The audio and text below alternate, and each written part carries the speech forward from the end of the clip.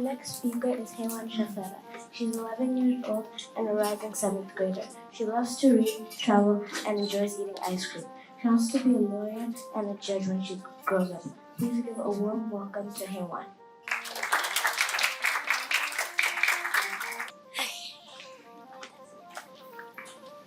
Hello, everybody. Today, I'm going to start with a joke.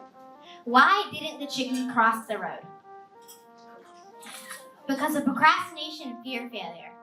Ha ha ha ha, I know. Being serious though, those can be the two greatest enemies in life. Think about it. If Thomas Edison hadn't tried over 10,000 times to try and make the light bulb, where would we be now? Probably in the dark. And if Abraham Lincoln hadn't pushed to abolish slavery, where would we be now? Those people didn't procrastinate or stop because they failed once, or 9,999 times, and they weren't afraid to try again. So why do we? If no one procrastinated and no one feared failure, where would we be now? Isn't that a much better thought? Well, that's why I'm here today to talk about procrastination, fear of failure, and how to overcome both. Procrastination, the act of unnecessarily delaying tasks that you don't enjoy. I do that a lot, and I'm sure you do too. But don't worry, you're not alone. Researchers found that around 75% of college students find themselves procrastinating tasks they don't want to do or find scary. That's procrastination. Your brain's looking at the task at hand and saying, nope, too hard, too scary, and too much. Your brain sees the task as a threat, which explains why we feel so much stress avoiding it. Since procrastination often comes from fear, let's look at fear of failure itself. Attentophobia, the technical term for fear of failure. Sounds like a mouthful, doesn't it? Anyway, fear of failure isn't just your brain being dramatic or too sensitive.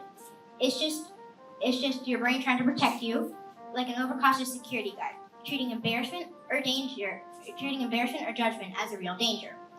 And interestingly, the Bible repeatedly says, do not be afraid. The phrase is known to appear 365 times, one reminder for every day of the year. In short, fear of failure is just your brain trying too hard to protect you from mistakes because it thinks that failure threatens your self-worth. Now that we know why these problems happen, let's look at how to overcome them. Overcoming procrastination, our first special guest. As I was researching this, I ran into a problem. There are many different classifications for the same type of procrastinator. But according to Jason Morin, there are 6. There's the perfectionist, who wastes their time trying to make everything perfect. There's the crisis maker, who thinks they work best under immense last-minute pressure. There's the overdoer, who commits to too many tasks and fails to prioritize the most important ones. There's the worrier, who avoids the task out of fear of failure. And then there's the dreamer, who doesn't think they should work hard for anything and it should all fall into their lap. And then there's the defier, who has a task but doesn't want to do it, so they delay. You may recognize yourself in one of these. That's important. Recognizing your type is the first step. Then you have to interrupt the habit. And this connects to something the Bible says. Ecclesiastes 11:4 says, he who observes the wind will not sow, and he who regards the clouds will not reap. In other words, if you keep on waiting for the perfect moment where everything feels safe and certain, you'll never start at all. And now let's look at how to overcome fear of failure. Overcoming fear of failure is based on one thing, our growth mindset. And growth mindset has a few components, but we're going to focus on 2. First, you have to look at failure as data for growth. Failure has to be a stepping stone to get to the highest level. You also have to celebrate your small victories because, hey, even if a test wasn't your best, maybe you improved by 1%. That's what you have to believe to overcome fear of failure.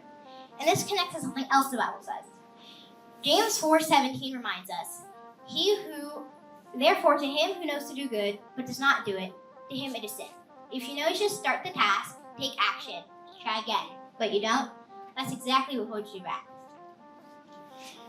So yeah, your brain might act like it's life or death, but it's not. It's just discomfort. So next time your brain tries to tell you, what if you fail? Change the question. Ask, what if I don't try? Because staying stuck is the only guaranteed failure. So take the risk, start the task, and prove your brain wrong.